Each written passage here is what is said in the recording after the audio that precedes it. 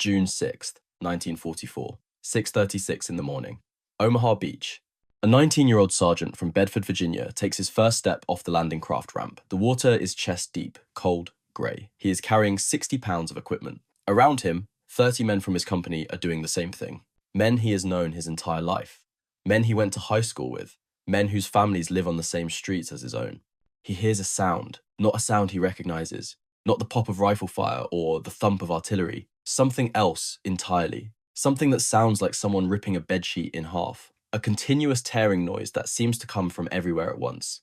3 men to his left drop into the water before his brain can process what is happening. Then 2 more. Then the man directly in front of him. The water around him turns pink. He does not understand what is killing them. He cannot see the enemy. He cannot hear individual shots, just that sound, that endless ripping sound. He has just met the German machine gun belt. MG fire so fast it stops sounding like shots. And if he survives the next 30 seconds, he will hear that sound in his nightmares for the next 60 years. The weapon that would come to symbolize the terror of Normandy was designed by a man who knew nothing about guns. Dr. Werner Gruner was an engineer at Grossfusser G, a German metal fabrication company. Their primary product was sheet metal lanterns. Gruner had never designed a weapon in his life. He had to attend a basic army machine gunner's course before he could even begin his work. This outsider perspective would produce something revolutionary.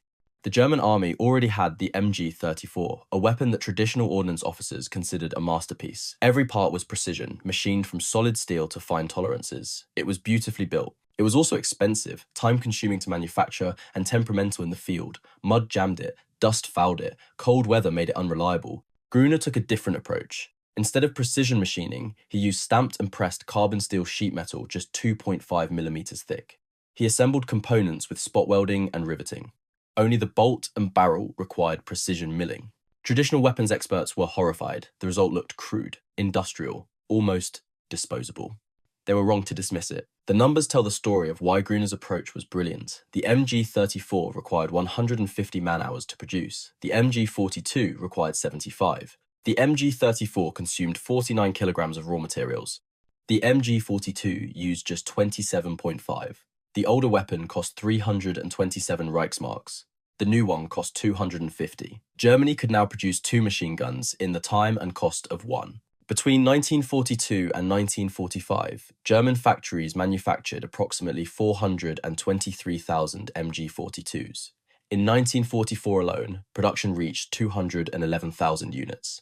That is an average of 579 weapons per day, 1 every 2.5 minutes. And here is what the skeptics missed entirely. The crude stamped construction did not make the weapon less reliable, it made it more reliable. The loose tolerances meant mud, sand, and ice could not jam the mechanism as easily. American intelligence officers who tested captured examples concluded that its life was not shorter and its performance was not inferior. The lantern maker had built a better killing machine than the professional gunsmiths.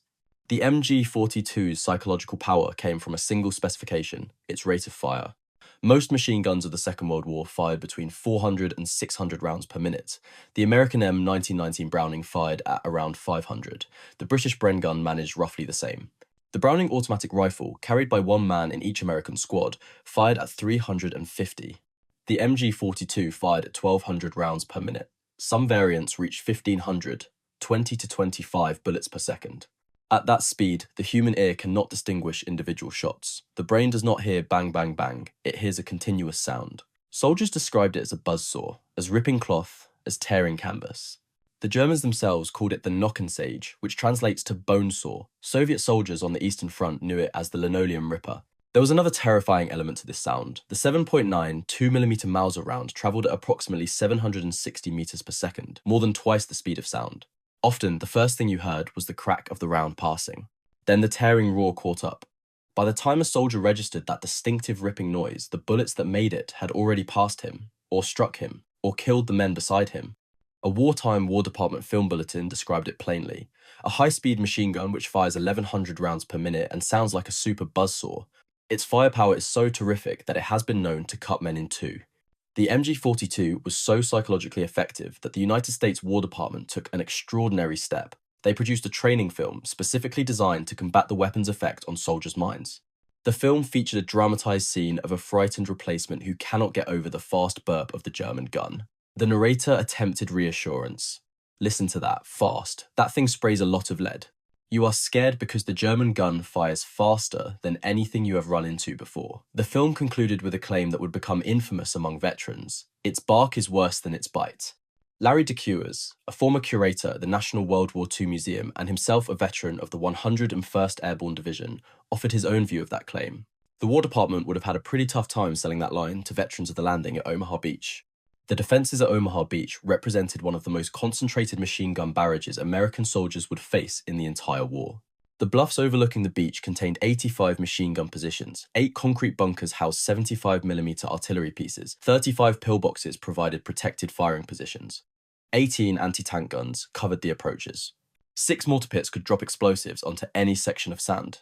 These positions were organized into resistance nests, designated WN60 through WN74, with overlapping fields of fire designed to create interlocking beaten zones. A beaten zone is a military term for an area where escape is nearly impossible. The German defenders had calculated precise firing data for every section of beach. They knew exactly where to aim. They had practiced. They had measured distances. When the landing craft ramps dropped, every gun crew knew precisely where their bullets would land. The largest strong point was WN62, positioned beside the Colleville-sur-Mer draw overlooking the Easy Red and Fox Green sectors. Approximately 40 soldiers from the 716th and 352nd Infantry Divisions manned this position. It contained 2 concrete casemates for 75mm cannon, though only one was armed. 4 Tobruk-style bunkers housed machine guns and mortars. The machine guns included MG-34s and older captured types alongside any MG-42s present. The mathematics were brutal before the first American soldier stepped off a landing craft. Each machine gun could dominate huge arcs of sand through traverse and enfilade fire. The weapons could be repositioned to create overlapping kill zones.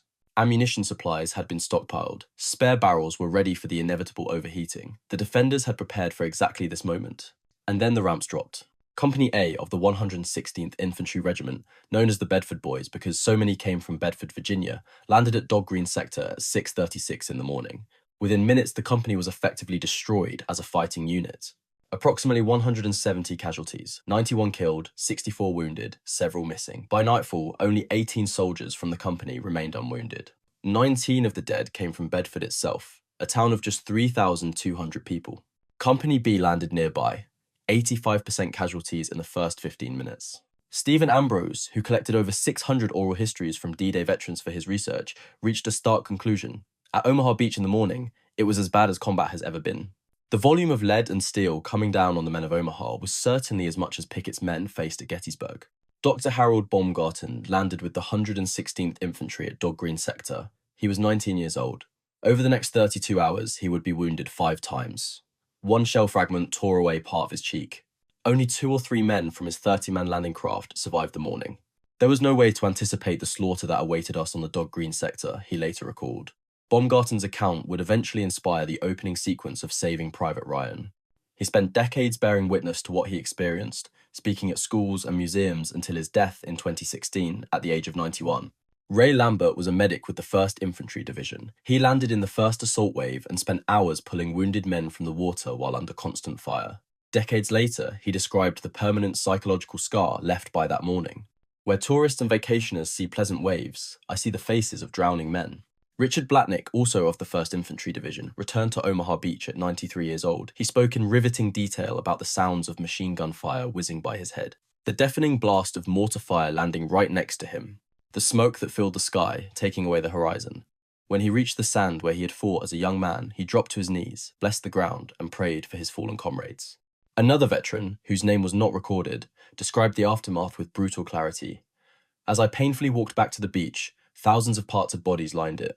They were floating, heads, arms, legs. I realized what being in the first wave was all about. For many soldiers, the terror was paralyzing in the literal sense. Men froze, they could not move, they could not think. The continuous roar of machine gun fire overloaded their capacity to process danger. Leaders had to break this paralysis through sheer force of will. Colonel George Taylor of the 16th Infantry Regiment shouted what became the defining words of D-Day. There are 2 kinds of people on this beach, those who are dead and those who are going to die. Now let us get the hell out of here. Brigadier General Norman Cotter was remembered as shouting with similar directness, do not die on the beaches, die up on the bluff if you have to die, but get off the beaches or you are sure to die. These men understood something essential. The machine gun beaten zones made staying still as deadly as moving forward. The only hope was to move through the fire and close with the enemy positions. Many who moved died, but those who stayed died too. The most documented German machine gunner at D-Day was Heinrich Sevelow, a 20-year-old Gefreiter of the 352nd Infantry Division. He was positioned at WN 62, overlooking Easy Red Sector, with a clear view of the landing beaches.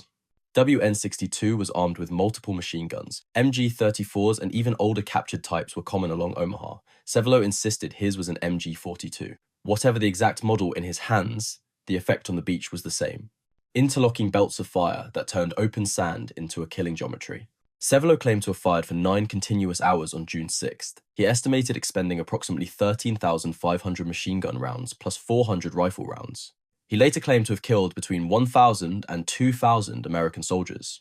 Historians consider his casualty figures implausible. Total American losses at Omaha Beach were approximately 2,400 killed and wounded across all causes, including artillery, mortars, mines, and drowning. Sevelow was one of dozens of machine gunners along the bluffs. His claims represent either exaggeration, imprecise memory, or both. But his account provides rare insight into the German experience of that morning. I saw how the water sprayed up where my machine gun burst landed, Sevelow recounted, and when the small fountains came closer to the gears, they threw themselves down. Very soon, the first bodies were drifting in the waves of the rising tide. He estimated that it took a 3-second burst, roughly 60 rounds, as soon as the ramp dropped to neutralize a boat's load of soldiers. He described the mechanical process of killing: aim at the waterline, fire in bursts, let the barrel cool, change to the rifle when targets were too close, return to the machine gun. The killing extracted its own psychological toll. Sevelow told no one except his wife about D-Day for 40 years. In a 2004 interview, he wept while recalling a single death. A young American had run from his landing craft and sought cover behind a concrete block. I aimed my rifle at the GI. I fired and hit the enemy square in the forehead. The American's helmet flew away and rolled into the sea. He concluded with something like an explanation. It was definitely at least 1,000 men, most likely more than 2,000. But I do not know how many men I shot. It was awful. Thinking about it makes me want to throw up. Franz Gockel was another German soldier at Omaha Beach, a member of the 726th Infantry Regiment. 4 days after the invasion, he wrote to his parents describing what he witnessed. Then the killing began. There was shooting for all the barrels could hold. Soon the whole beach was full of Americans. Many uninjured also remained lying on the sand, but when the water came, they too had to move on. In the process, they were again taken under fire by us. We could not understand that they kept coming in the hail of fire despite the heavy losses. This is not sympathy for the German cause. These were soldiers in a war machine most did not choose, killing men they did not know, facing their own trauma in the years that followed. The machine gun made them efficient killers. It did not make them monsters. The weapon was monstrous. The men operating it were, mostly, ordinary conscripts doing what their nation demanded. If you are finding this documentary valuable, subscribing takes a second and helps the channel grow. It allows us to continue researching and producing content like this. Now, let us examine the weapon's role in German infantry doctrine. German infantry structure fundamentally differed from Allied organization. This difference explains why the MG-42 was so central to German defensive tactics. American and British doctrine used machine guns to support rifle-armed infantry. The riflemen were the main fighting element. Machine guns provided covering fire. German doctrine reversed this relationship entirely. Infantry existed to support the machine gun. A standard German infantry squad of 10 men designated the machine gunner as Schütze 1, meaning rifleman number 1. He was not a supporting element. He was the key member. The other 9 soldiers existed to carry ammunition, spare barrels, and the tripod, to protect the gunner, to keep him firing. By 1944, a German infantry company of 150 men contained 13 light machine guns, plus 2 in the heavy weapons section. That required 30 to 50 men just to crew them, carry their ammunition, and keep them supplied. By comparison, American rifle companies fielded only 2 light machine guns at company level, supplemented by Browning automatic rifles in each squad. The tactical implications were significant. A German defensive position was built around the machine gun. Everything else, the riflemen, the mortars, the anti-tank weapons, existed to protect and support those guns. The beaten zones they created were the primary means of stopping an enemy advance. Infantry were there to prevent the machine guns from being flanked or overrun. But German soldiers had their own complaints about the weapon they depended upon. The astronomical rate of fire meant carrying enormous ammunition loads. A single squad typically transported 1,800 rounds for one gun. That weight had to be carried by men on foot across difficult terrain. Barrels required changing every 150 to 250 rounds of rapid fire, which meant roughly 8 to 12 seconds of continuous shooting. Crews carried up to 6 spare barrels, along with asbestos mittens for handling glowing hot metal. Some experienced gunners actually preferred the slower MG34. It consumed ammunition more conservatively. It could fire single shots for precision work. The MG42 had no semi-automatic capability. Every trigger pull released a burst. The barrel change requirement became a tactical vulnerability that Allied soldiers learned to exploit. Training emphasized charging machine gun positions during the 5 to 10 second interval when the barrel was being swapped. It was one of the few moments when the gun fell silent. For those brief seconds, the killing machine became merely a hot piece of metal.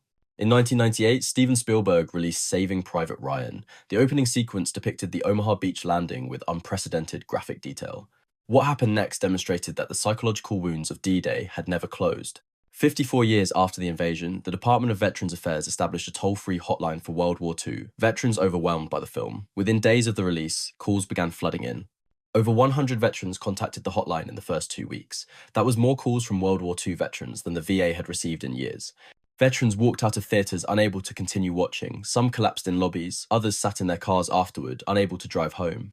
One Omaha Beach veteran told reporters he did not see the actors on screen. He saw the faces of his men. D-Day survivor John Rayan described a similar reaction. Everybody was stunned by it. I was too. I was not about to talk to anyone either. It just brought back so many memories that your mind was racing through all the things that happened to you. Research confirmed a broader pattern. Post-traumatic stress symptoms among World War II veterans were often highest immediately after the war. They declined during busy working years when careers and families demanded attention. Then they increased dramatically as veterans entered retirement. By the 1990s, Veterans Affairs treatment centres saw a large influx of World War II veterans seeking help for the first time, nearly half a century after their trauma began. The sound of a chainsaw, fabric ripping, a sewing machine. These everyday noises could trigger flashbacks to a beach in France where men died faster than anyone could count. The MG42's rate of fire had created something more than battlefield effectiveness. It had created a sound that embedded itself in the memories of survivors so deeply that no amount of time could erase it. The United States Army attempted to copy the MG42. The effort ended in spectacular failure. The T-24 project was assigned to Saginaw Steering Gear, a General Motors division, in 1943. Engineers sought to produce an American version chambered in .30-06, the standard American rifle cartridge. They added a heavier bolt to reduce the cyclic rate to a more manageable 614 rounds per minute. But they made a critical error. They failed to adjust dimensions for the .30-06 cartridge being 6.35mm longer than the original German round. At Aberdeen Proving Ground in January and February of 1944, the first prototype fired exactly one shot before failing to eject. The second prototype suffered 51 malfunctions in just 1,583 rounds. Testing was abandoned. One analyst later noted that Ordnance really did not want it to work. They had their own design already. That design became the M60 machine gun, adopted in 1957 as America's first general-purpose machine gun. The M60 used a different operating system, but its belt feed mechanism and top cover were direct copies from the MG42. The deliberately slower rate of fire, around 550 rounds per minute, reflected American preference for controllability over volume. The MG42 itself never stopped serving. When West Germany rearmed in the 1950s, Rheinmetall reverse-engineered the weapon to create the MG3. Original drawings had been captured by the Soviets at the end of the war, so German engineers had to work from surviving examples. The MG3, rechambered for 7.6 2mm NATO ammunition, remains in service today in more than 40 countries. The Bundeswehr purchased over 70,000 units. The weapon has seen deployment in Afghanistan. Yugoslavia built the original MG42 using German wartime machinery received as reparations. They produced the M53 from 1952 to 1982. The Belgian FNMAG, known as the M240 in American service, incorporated the MG42's trigger mechanism and belt feed design. The Swiss MG51, Austrian MG74, and Spanish Setme Emili all trace their lineage directly to Werner Gruner's revolutionary stamped steel design. 8 decades after D-Day, the weapon that terrorized American soldiers on the bloodiest beach in United States military history continues to define how armies around the world build machine guns. The MG42's legacy extends far beyond its technical innovations or body count. It demonstrated that industrial simplicity, stamped metal instead of precision machining, could produce weapons of devastating effectiveness. An engineer from a lantern company had outperformed the finest gunsmiths in Germany. It proved that psychological impact could be as important as physical lethality. The weapon's distinctive sound created terror that paralyzed trained soldiers. The United States War Department had to produce training films specifically to combat a noise. It influenced post-war arms development from the M60 to the MG3, ensuring that elements of its design continue serving in conflicts worldwide. But perhaps its most lasting impact was on the men who survived it. When veterans could not watch a Hollywood recreation without breaking down, when the sound of a chainsaw or fabric ripping triggered flashbacks 50 years later, when old men dropped to their knees on beaches where they had seen friends die as teenagers, the MG42 proved that some weapons wound in ways no amount of time can heal. The crude sheet metal gun designed by the engineer from a lantern manufacturer became an enduring monument to the industrialized horror of modern warfare and to the extraordinary courage required to advance into its fire. That sergeant from Bedford, Virginia, who stepped off his landing craft at 6:36 in the morning on June 6, 1944, 19 of the men from his hometown died that day, the highest per capita loss of any American community in the war. Some who survived went on to have families, careers, long lives. But certain sounds never stopped, meaning what they meant on that beach. The ripping of cloth, the buzz of machinery. The particular noise that meant death was arriving faster than anyone could react. The MG42's bark was not worse than its bite. For the men of Omaha Beach, the bark and the bite were the same thing, a sound they would hear for the rest of their lives. And for some, a sound they hear still.